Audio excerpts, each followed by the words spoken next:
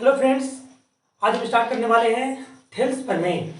ठीक है, थेल्स प्रमेय का एक और नाम है आधारभूत अनुपातिकता का प्रमेय। ठीक है, थेल्स जो कहाँ के व्यक्ति थे पता होना चाहिए आपको, यूनान के, जो 600 ईसा पूर्व में ज्योमेट्री में उन्होंने दो समरूप त्रिभुज के बारे में बतलाए हम लोगों को। चलिए, आज हम लोग 10th क्लास में चल रहे हैं। थेल्स प्रमेय का ही एक प्रमेय है जो बहुत ही इंपॉर्टेंट है। ठीक है, एग्जाम में कैसे आएंगे आपको देखेंगे। इस तरह क्वेश्चन आएंगे, यदि किसी त्रिभुज की एक भुजा के समानांतर एक रेखा खींची जाए तो अन्य भुजाएं एक ही अनुपात में विभाजित हो जाती है। जैसे मान लीजिए कि हम एक त्रिभुज बनाते हैं, यहाँ पर हल में क्या करेंगे कि बनाते हैं तो माना कि इसमें मान लेते हैं, क्योंकि यह फिगर आपको गिवन नहीं रहेगा, आपको अपने से खुद से ड्रॉ करना पड़ेगा। तो हम लोग खुद सेलेक्ट करते हैं, माना कि ABC क्या एक है त्रिभुज है, जिसमें इस त्रिभुज मतलब क्या बात करेंगे, भुजा, यह भुजा आपका BC है, तो भुजा BC के समानांतर मतलब किसके समानांतर आप क्या है, ए है भुजा ना, BC समानांतर कौन सा आपका है, D है। क्या आपका है, D रेखा खींचा, जो आप देख सकते हैं कि यह AB को D बिंदु पर और AC को E बिंदु पर क्या करती है, मिलती है, काटती है। ठीक है, तो इसमें हमें जो सिद्ध करना है वो देखिए है, तो सिद्ध करना है कि AD आपका AD बटा में DB, आप BD भी लिख सकते हैं, इक्वल AE बटा में EC। ठीक है, अब चलेंगे इसमें रचना। क्या करेंगे रचना में, आप इसमें रचना करेंगे। रचना में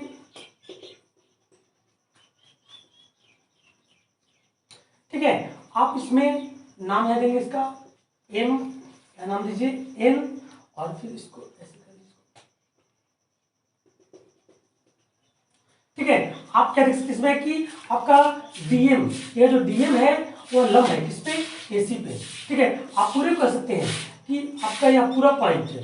ठीक है, यह पूरा DM जो है ना, यह DM जो है वो AC पे लंब है, मतलब ऐसे है। ठीक है, आप कर सकते हैं AC, और ये आपका है D और M है। ठीक है, फिर वैसा ही आपका है कि EN जो लंब है किस पे, AB पे। ठीक है, तो आप लिख सकते हैं यहाँ पर है कि आपका AB तथा या इस नेट की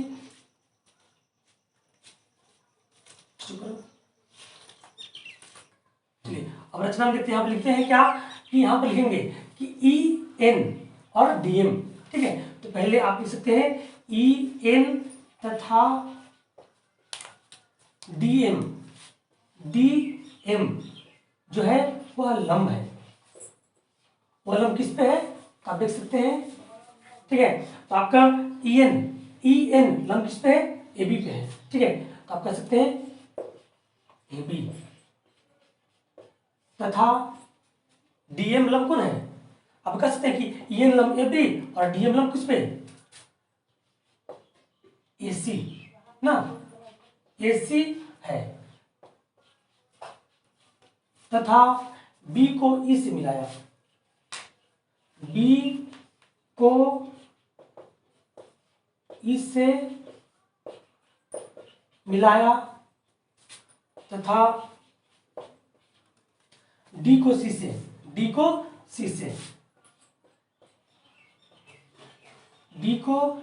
से मिलाया। ठीक है, अब चलते हम लोग हैं प्रमाण।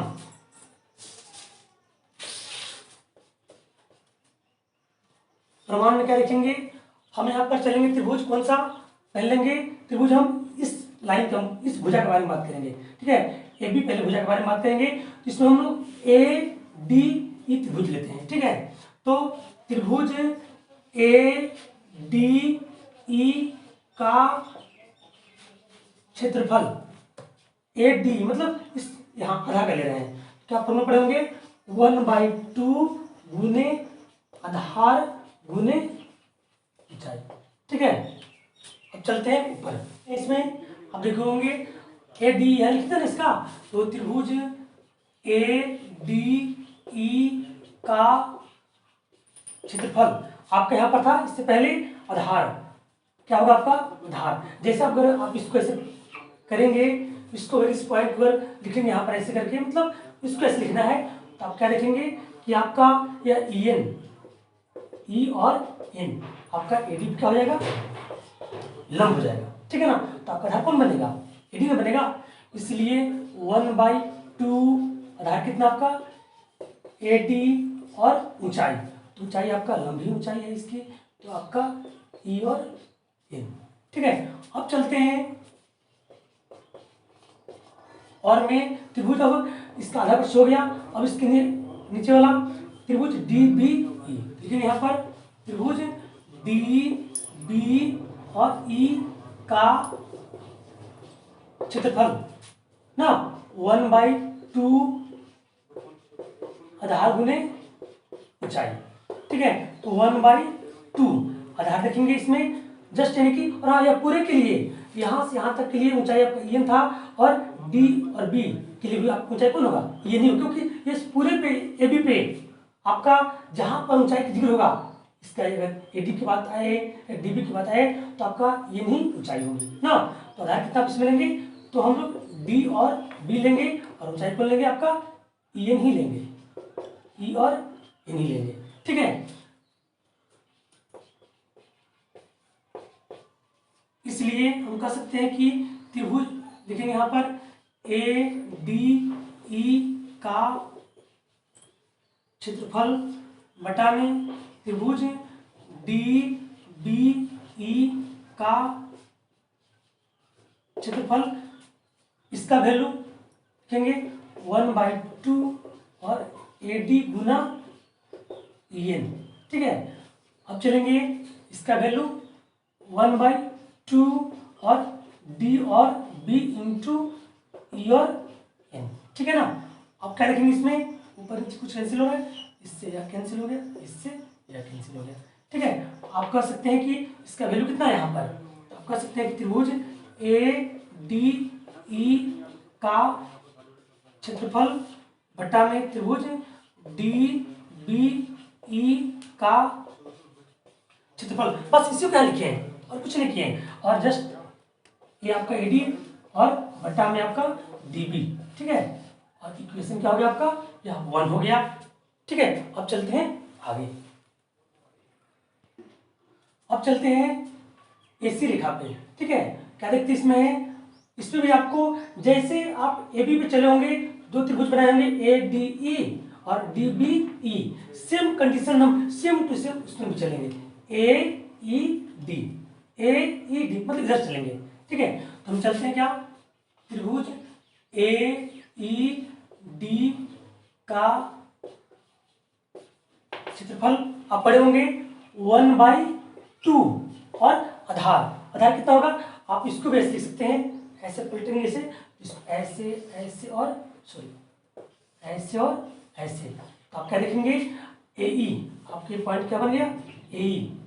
ठीक है, इस पे लंब कौन हो गया आपका डी एम, डी और आपका ए एम हो गया। ठीक है ना, तो आप कर सकते हैं कि आपका ए ई क्या हो गया, आपका आधार हो गया ए ई, और ऊंचाई आपका डी एम हो गया। इसी प्रकार हम चल रहे हैं और करके ई सी डी में, ई सी डी में चलेंगे, त्रिभुज ई सी डी का क्षेत्रफल, इसमें फॉर्मूला हो जाएगा 1/2 आधार, तो आपका आधार इसमें कौन होगा ई सी, और ऊंचाई, ऊंचाई आप देख सकते हैं कि इसमें हर जगह जहां पर ए था वहां पर आपका ऊंचाई डीएम था, और इसी में भी आपका ऊंचाई कौन होगा डीएम ही होगा, तो आप लिखेंगे यहाँ पर डी और एम चलेंगे। अब पुनः चलेंगे या इसलिए त्रिभुज ए ई डी का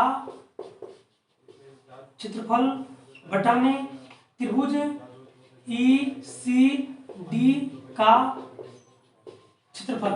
ठीक है, आप क्या देखेंगे, इसका मान यहाँ पर है 1/2 और ए इंटू अरे dm।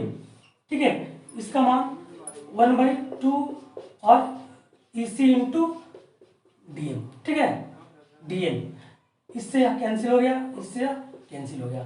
ठीक है, आप क्या कर सकते हैं, त्रिभुज AED का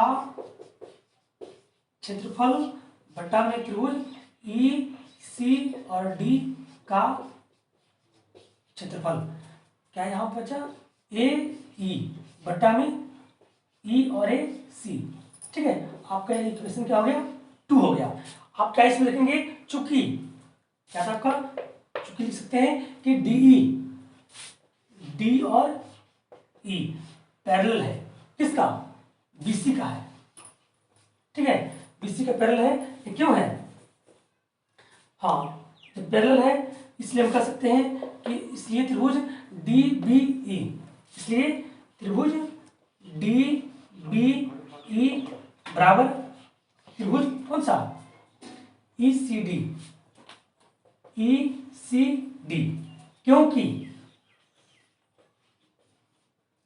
क्योंकि आपका शक्ति इसमें है, क्योंकि वे दोनों समान आधार D पर D तथा समानांतर रेखाएं लिखेंगे, समानांतर रेखाएं D और BC के बीच